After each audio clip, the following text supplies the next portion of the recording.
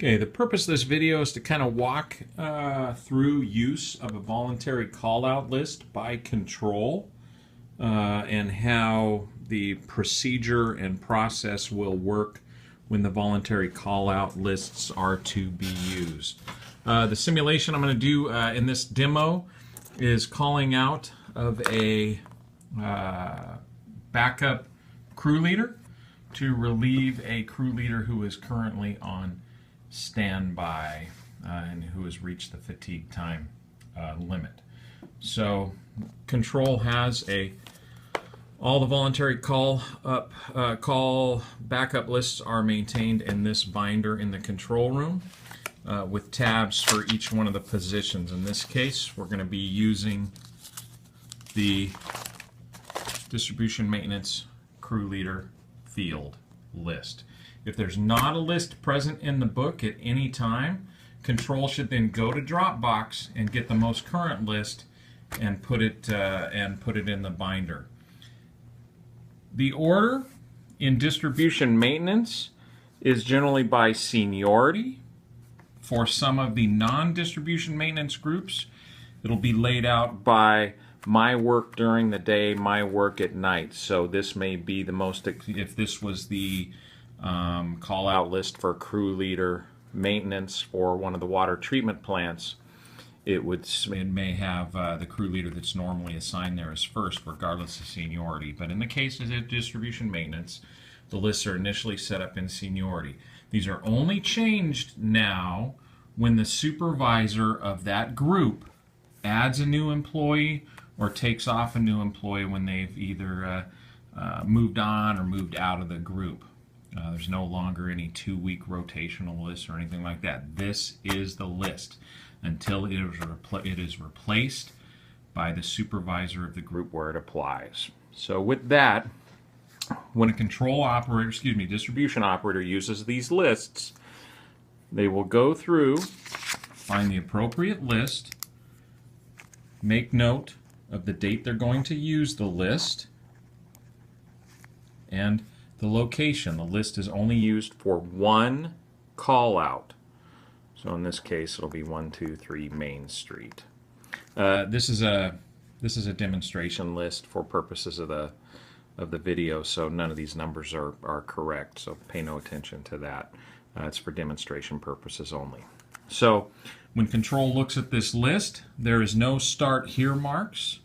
So that means this is the first time this list is being used, or we've been through all the way to the bottom and printed out a new list for use. So when a call out is required, the first thing the control operator must do is review the do not call list and exclude anybody who's on that list. In this example, let's simulate that Ryan Lindsay is on the do not call list. And we're replacing Reggie Harris, who is currently on standby. So once you've made those notations, the distribution operator will then go in the order, round robin, and call the individuals listed. So, and list the time they called. So let's say we call it 9:10, 9:15, 9:20. We get to Matt Dunn. None of these individuals have accepted. Now we're at Matt Dunn. He accepts the call. So the call accepted notation is made, and this list has now been exhausted. And Matt will come out and perform his work. Now the next important step that must happen is we have to transfer the next person to be called in order for an opportunity for overtime must start at the next person in line after the last person that accepted. So in this case, it will be Ryan Lindsay. This is a good example. Even though he's on the do not call list for purposes of this call out, tomorrow night he may not be. So you don't exclude any of these marks when you're going to the next person to call. The next person on call should be right here. Ryan Lindsay.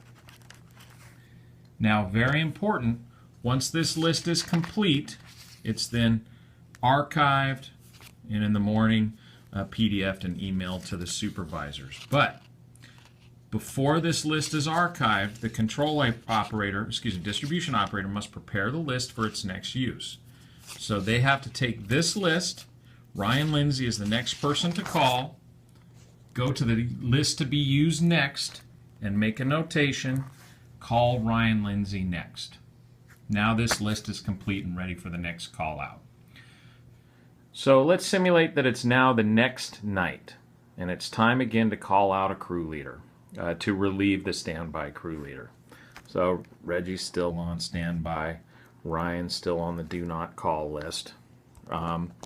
We note our date and time. And now we have to start with this individual here wherever the mark is. In this case, Ryan is on the do not call. We skip him. Reggie is the person being relieved. We skip him. Now we start at Rick Fisher and start making our way through the list round robin. And by round robin, I mean when you get to the bottom here, because you started in the middle of the list, you must now go up to the top and go to these individuals for opportunities. Let's say now all these people have declined, and we've gotten to Dwayne, and he is accepted. What then has to happen is the next person to call on the next list will be Stan Martinez. So again, let's continue walking through the simulation. So this operator then archives that, notes Stan Martinez. Now let's talk about how the backup list is used. It is used independent from the primary list. So there is a possibility you'll have no marks, or you may have a mark here. So let's say it's now the next night and we need a crew leader. Reggie's on standby. Nobody's on the do not call list. We go through, we start at Stan Martinez. Nobody responds. We go round robin. Got to go back to Dwayne Rowe.